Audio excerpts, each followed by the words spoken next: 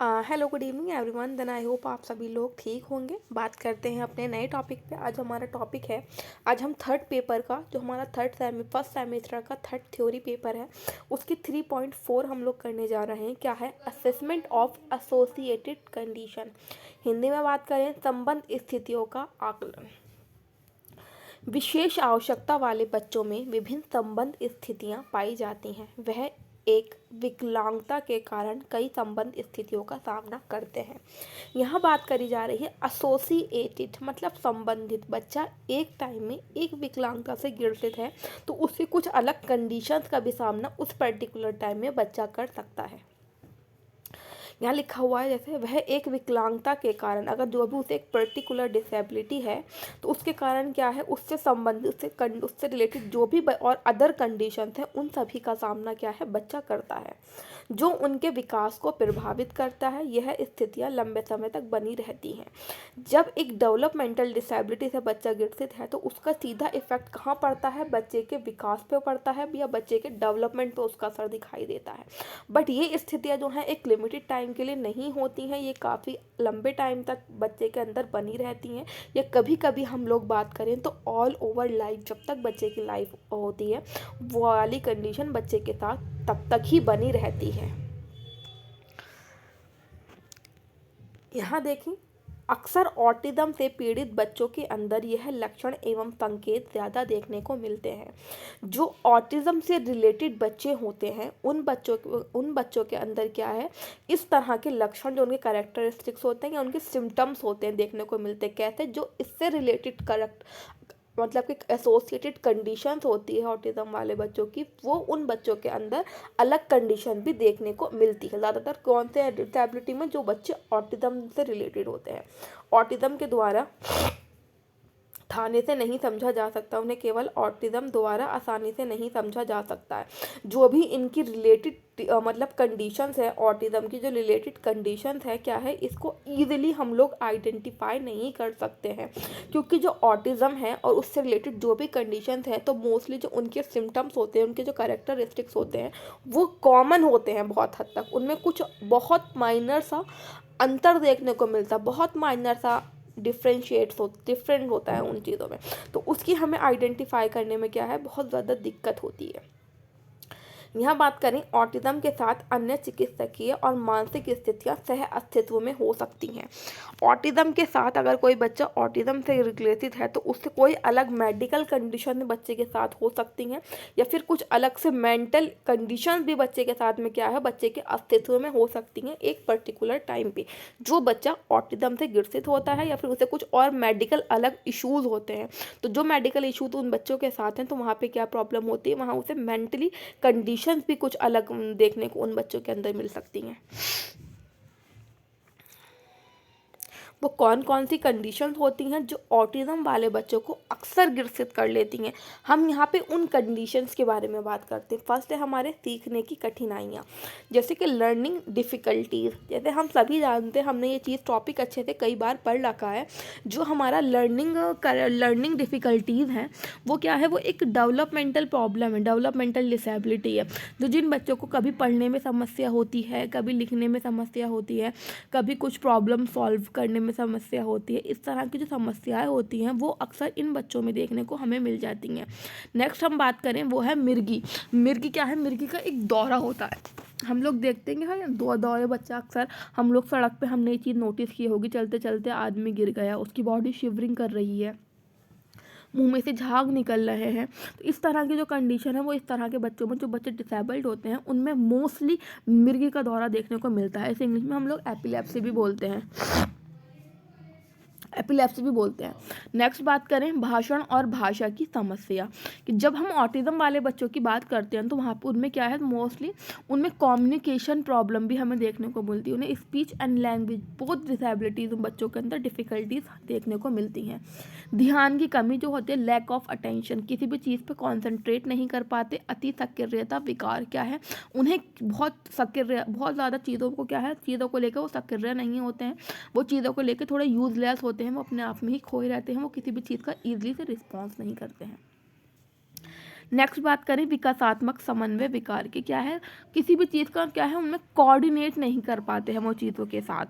भोजन और खाने की समस्याएं, कभी कभी इन बच्चों में क्या है, भोजन संबंधी समस्या भी देखने को मिलती है कि मतलब एक तरह से कि बहुत ज़्यादा चूज़ी हो जाते हैं चीज़ों को लेकर के, उन्हें बहुत ज़्यादा कि भाई हमें यही खाना है तो ये चीज़ खाते हैं, और बहुत सारी चीज़ें उन्हें क्या है नुकसान भी देती हैं, कुछ हानि पहुंचाने लगती हैं कुछ प्रोडक्ट्स जो होते हैं, तो डेयरी प्रोडक्ट्स वगैरह इन बच्चों को मस्तिष्क पे बुरा प्रभाव डालती है। चीज़ें शोध से साबित हो चुकी हैं।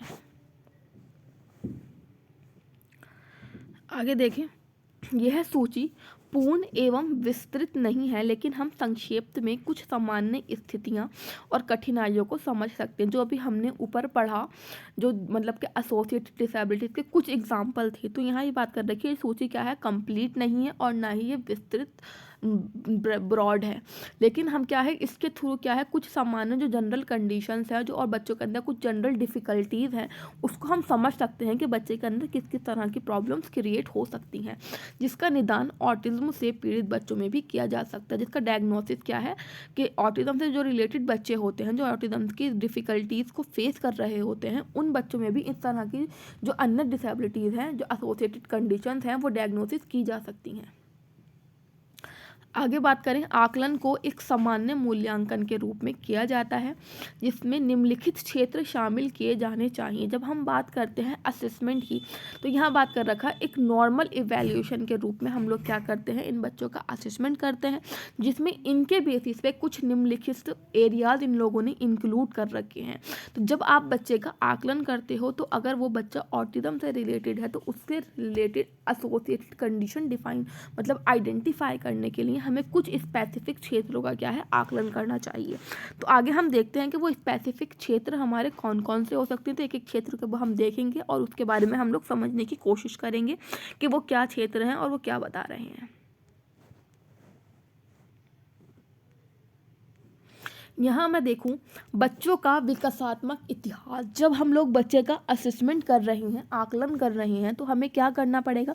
सबसे पहले हमारे पास क्या चीज़ होनी चाहिए, कुछ बच्चे से रिलेटेड इन्फॉर्मेशन हमारे पास कलेक्ट होना चाहिए। तो वो कौन सी इन्फॉर्मेशन हमारे पास कलेक्ट होना चाहिए, कुछ पॉइंट यहाँ पे दे रखे हैं, तो एक एक पॉइंट को हम पढ़ेंगे और उसे डिस्कस करेंगे।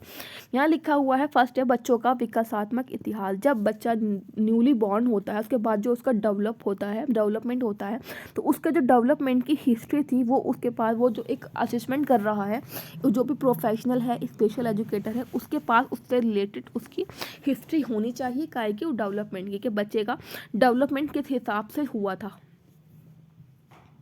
उसके बाद बात करें संरचित और अर्थ संरचित स्थितियों में बच्चों का अवलोकन, के बच्चों की लाइफ में क्या है, अलग अलग पीरियड्स आते हैं, अलग अलग टाइम बच्चे के साथ होता है, जो बच्चे की अलग अलग कंडीशन उनकी एज के हिसाब से चेंज होती रहती है। तो हमें क्या है पर्टिकुलर एज के हिसाब से बच्चे का चेक करते रहना चाहिए।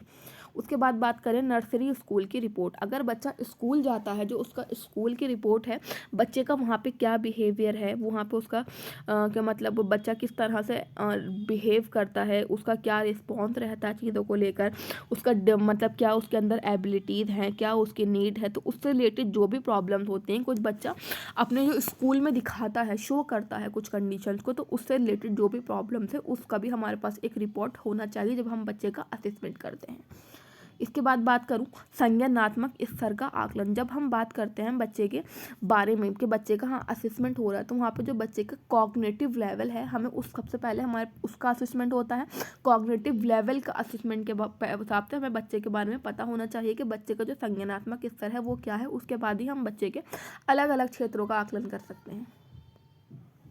नेक्स्ट बात करें सामान्य व्यवहार का आकलन, जैसे कि हम सभी जानते हैं जो बच्चे स्पेशल होते हैं इनमें कुछ बिहेवियर प्रॉब्लम्स भी देखने को मिलती है। तो इन बच्चों का क्या है, सबसे पहले जैसे ऊपर बात की अभी हमने कॉग्निटिव लेवल का, यहाँ पे उन्होंने असेसमेंट की रिपोर्ट की बात की। अब यहाँ पे जो बच्चे का बिहेवियर पे असेसमेंट हो रखा है, उससे रिलेटेड जो भी मतलब रिपोर्ट है आकलन की, असेसमेंट की, वो भी एक स्पेशल एजुकेटर के पास अवेलेबल होनी चाहिए। नेक्स्ट बात करें भाषा का अवलोकन मूल्यांकन रिपोर्ट, जब बात करी गई बच्चे का बिहेवियर चेक हुआ, उसका कॉग्निटिव लेवल चेक हुआ, तो यहाँ पे बात कर रही है हमने कि बच्चे का जो स्पीच है उसका भी असेसमेंट होता है। जब असेसमेंट होता है तो उसका जो मूल्यांकन हुआ बच्चे का, इवैल्यूएशन हुआ, उसका रिपोर्ट भी कलेक्ट होना चाहिए।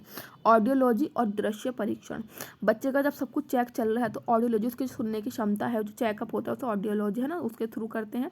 और जो उसका देखने का दृश्य परीक्षण होता है वो सब, उसकी शारीरिक जांच, उसका क्रोमोसोमल स्क्रीनिंग। यहाँ पे मतलब टोटल बात कर रखी है। तो जब हम बच्चे का एक आकलन करने जा रहे हैं तो उससे रिलेटेड जितनी भी समस्या बच्चे के साथ चल रही हैं या उसका ट्रीटमेंट पहले हो चुका है, तो उससे रिलेटेड सभी जो एक मतलब दस्तावेज होते हैं वो सभी क्या होने चाहिए, एक करंट जो इस टाइम बच्चे को डील कर रहा है, बच्चे को संभाल रहा है, बच्चे के साथ उसकी प्लानिंग चल रही है कुछ, तो वो उस टाइम पे बच्चे की जो प्रीवियस हिस्ट्री है या फिर बच्चे के साथ जो पहले चीज़ें हो चुकी हैं कंडक्ट, उससे रिलेटेड चीज़ें सामने वाले जो प्रेजेंट में इस टाइम है, करंट में चीज़ें देख रहा है, उसके पास अवेलेबल होनी चाहिए। क्यों होनी चाहिए? क्योंकि जो प्रॉब्लम्स बच्चा पहले फेस कर चुका है वो इन फ्यूचर वो चीज़ें फेस ना करे। इससे रिलेटेड बच्चे की कंडीशन में सुधार होंगे और सभी लोगों को क्या है, इन्वॉल्वमेंट चीज़ों का बना रहेगा। इसकी बेसिस पर जो बच्चे की कंडीशन है उसको क्या है, इम्प्रूवमेंट करने में हमें सहायता मिलेगी। तो हमने 3.4 पढ़ा, असेसमेंट ऑफ एसोसिएटेड कंडीशन। हमने देखा कि बच्चे जो भी किसी दिव्यांगता से गिरते थे तो उसके साथ कुछ अलग उसकी कंडीशन हो सकती है, उसकी रिलेटेड कंडीशन हो सकती है, उसकी एसोसिएटेड कंडीशन हो सकती हैं। तो वो कौन कौन सी कंडीशन हो सकती हैं वो भी हमने देखा। उसका असेसमेंट हम लोग किस तरह से कर सकते हैं वो भी हमने देखा, और कौन कौन से एरियाज़ में कर सकते हैं हमने वो भी देखा। देन आई होप आपको चीज़ें समझ में आई होंगी। Then thank you for watching my video.